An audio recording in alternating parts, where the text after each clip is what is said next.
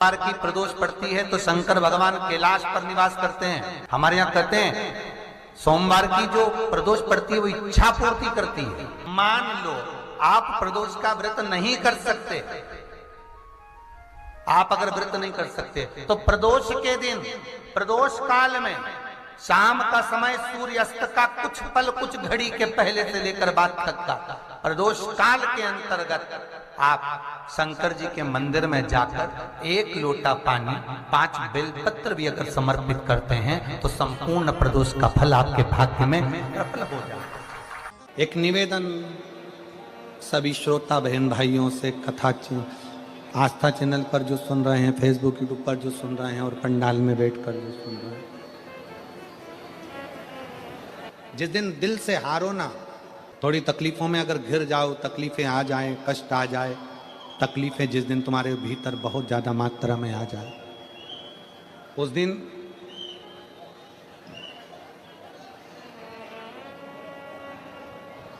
तीन बेलपत्र, एक बेलपत्र में पीला चंदन, बीच वाली पत्ती। जिस दिन तुम्हें लगे कि मैं बहुत दुखी चल रही हूं और मेरा काम हो ही नहीं रहा, बहुत तकलीफ की जिंदगी चल रही है, कोई हाथ पकड़ने वाला नहीं है, कोई संभालने वाला नहीं है और बहुत तकलीफ हो रही, बहुत तकलीफ, उस समय पर एक बेलपत्री के बीच वाली पत्ती पर पीला चंदन, दूसरी पत्ती पर लाल चंदन और तीसरी पत्ती पर 11 चावल गीले, पानी में उसको थोड़ा सा भिगो लें या धो लें, 11 चावल गीले शिव जी की उस पत्ती पर रखें।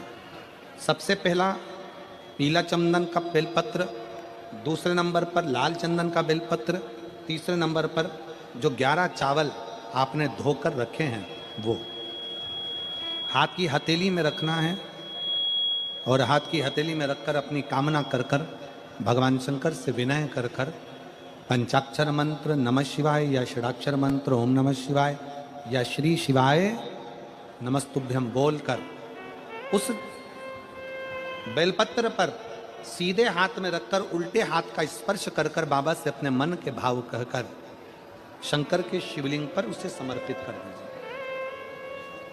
1 ही लोटा जल, जहां से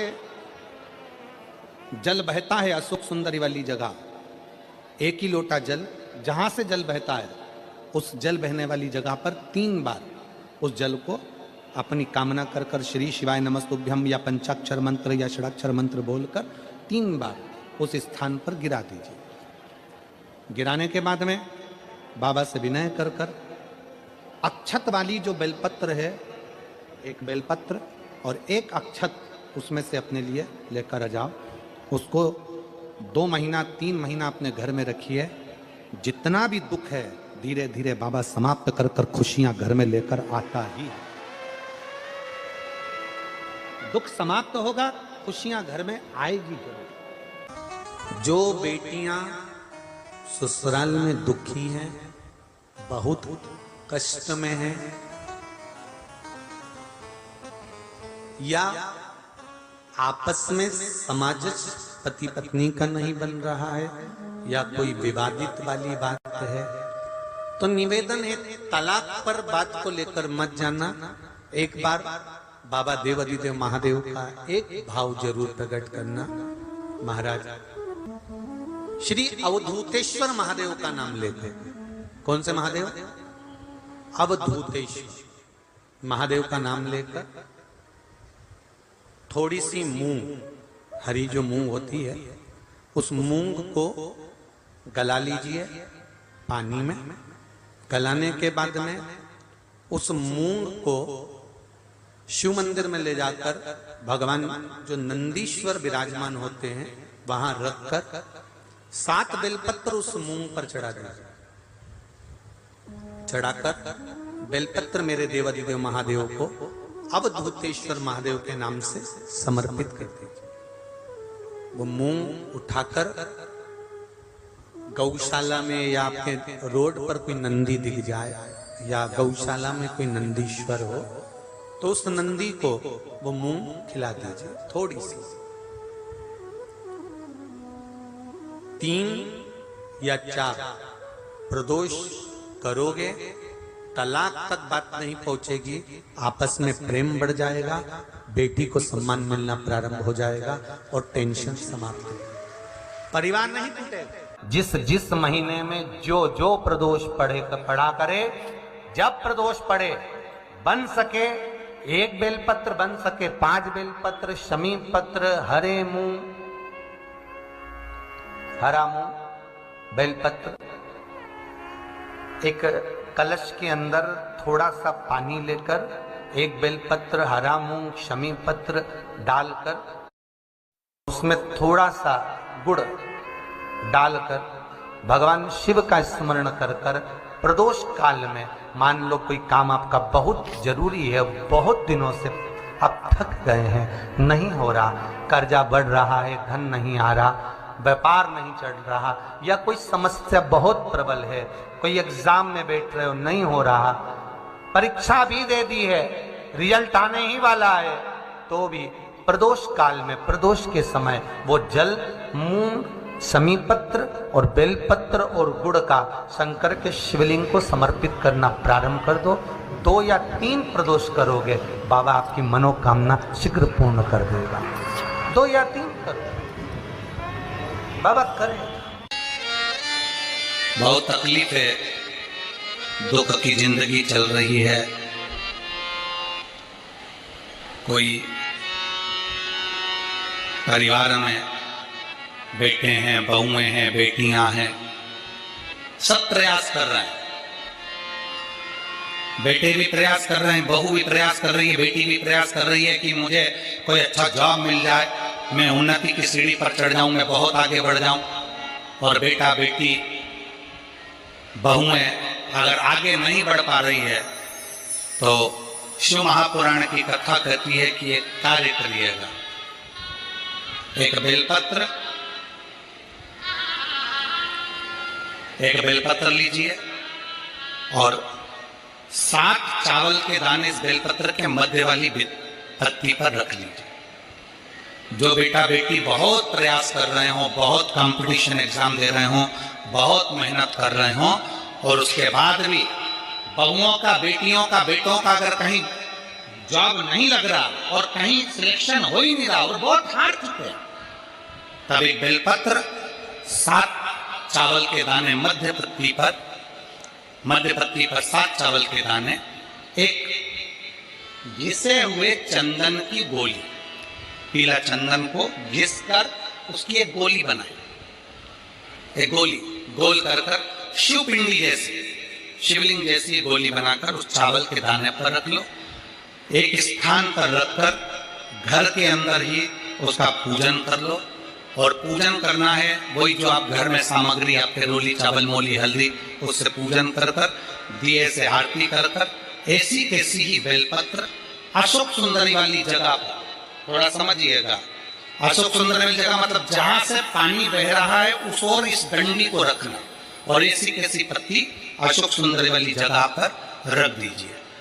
ये किसी भी प्रदोष के दिन या किसी भी सोमवार की अष्टमी के दिन या किसी भी विशेष शिवरात्रि के दिन आप ये एक बार केवल करना है और अपने मन की कामना कर उसको रखकर बाबा को घी का 2 दिया लगाकर आ जाना है।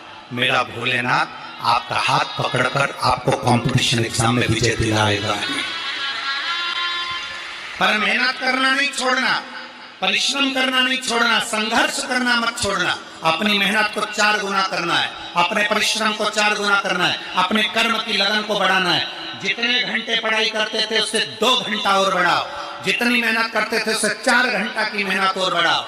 और साथ में 7 अक्षत, एक चंदन, पीले चंदन की एक शिवलिंग जैसी आकृति, छोटा सा शिवलिंग जैसा भाग रखकर घर में उसका पूजन कर घी का दिया से आरती लगाकर बाबा की आराधना कर दिल से कामना कर बाबा से वो ले जाकर ऐसे कैसा ही पत्ता अशोक सुंदरी वाली जगह, अशोक सुंदरी की जगह जानते हो, ये जो जगह है, ये जो जगह दिख रही है, मेरा निवेदन है चैनल वालों से थोड़ा इसको दिखाने का प्रयास करें।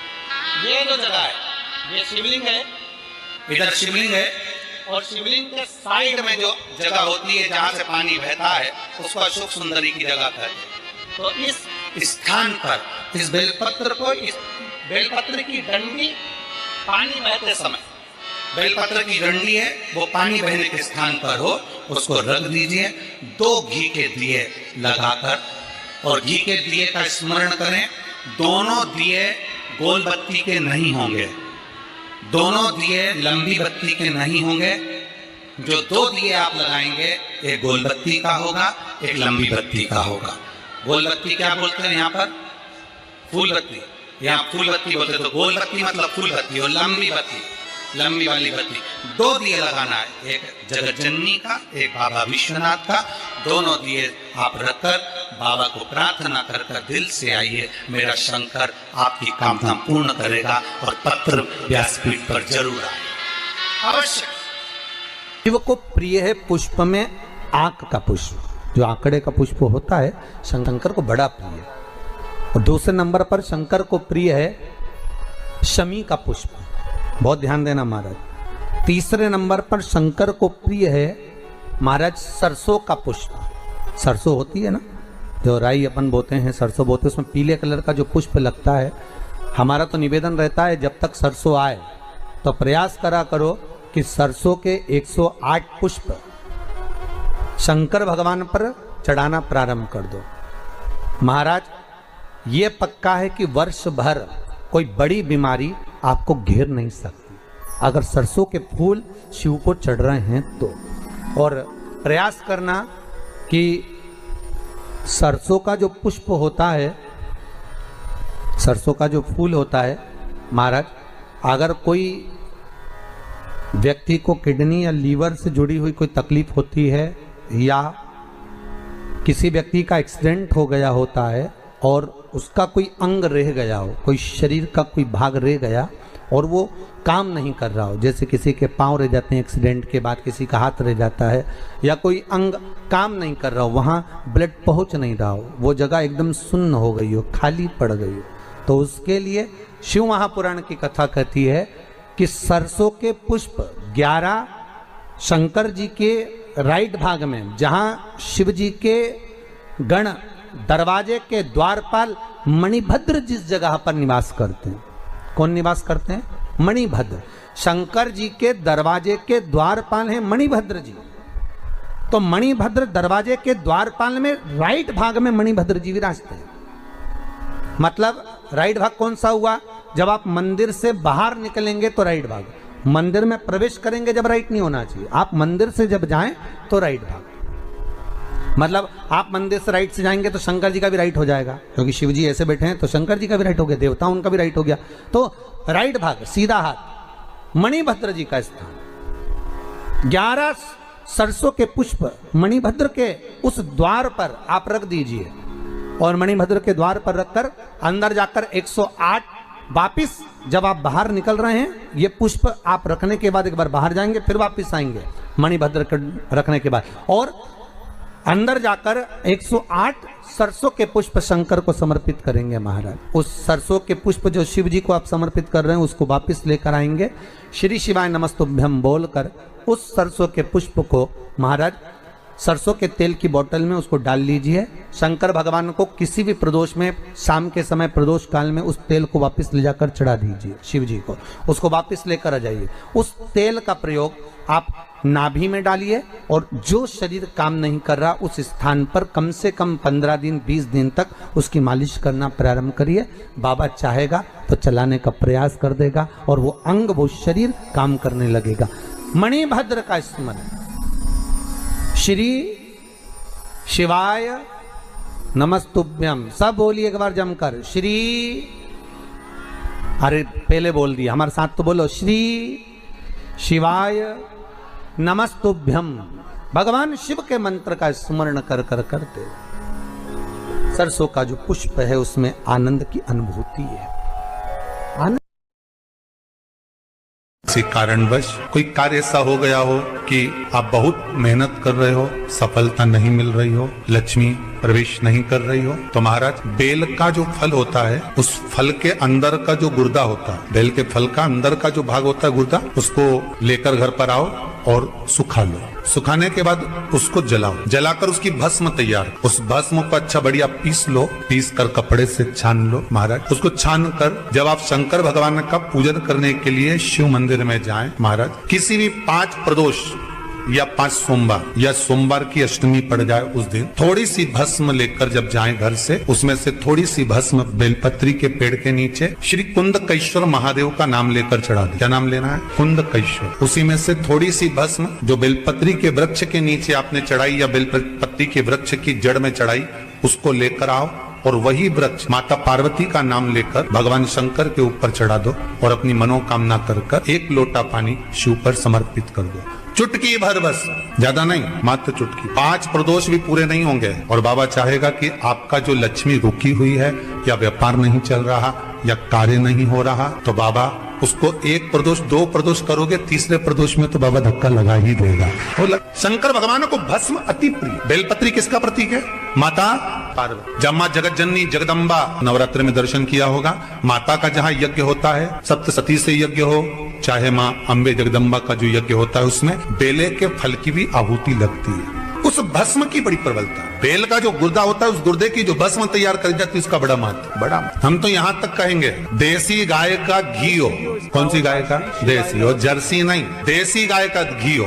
देसी गाय के दूध से जो घृत का निर्माण हो वो घी हो, और बेले का जो फल का गुर्दा जलाओ, उसकी भस्म अगर आपने बेलपत्री के पेड़ के नीचे ही बनाई हो, मान लो, उस भस्म को पीस ले, पीस कर उसको काजल जैसा तैयार करके डब्बी में रख ले महाराज। शिव जी पे चढ़ी हुई भस्म को पहले वो पीस के शंकर जी पे चढ़ाओ, फिर उसको लेकर आकर उसमें गाय का, देसी गाय का, उसमें घी मिलाकर काजल जैसा तैयार कर मस्तक पर मात्र या कलेजे पर उसकी 1 बिंदी ही रखकर आप अपने कार्य के लिए अगर निकल गए तो ये पक्का है कि वो कार्य होगा ही, सफल होकर ही मानेगा। ज्यादा से ज्यादा 5 दिन उसके पास जाना पड़ेगा, 6 दिन जाना पड़ेगा, पर कार्य सफल होगा ही, उसको करना ही पड़े, क्योंकि वो केवल बेल की कालोच नहीं गई है, वो स्वयं काल का तुम्हारे साथ गई, स्वयं पार्वती मां तुम्हारे साथ। भस्म शिव जी को प्रिय, उस भस्म का प्रयोग बड़ा। जब भी भभूत में है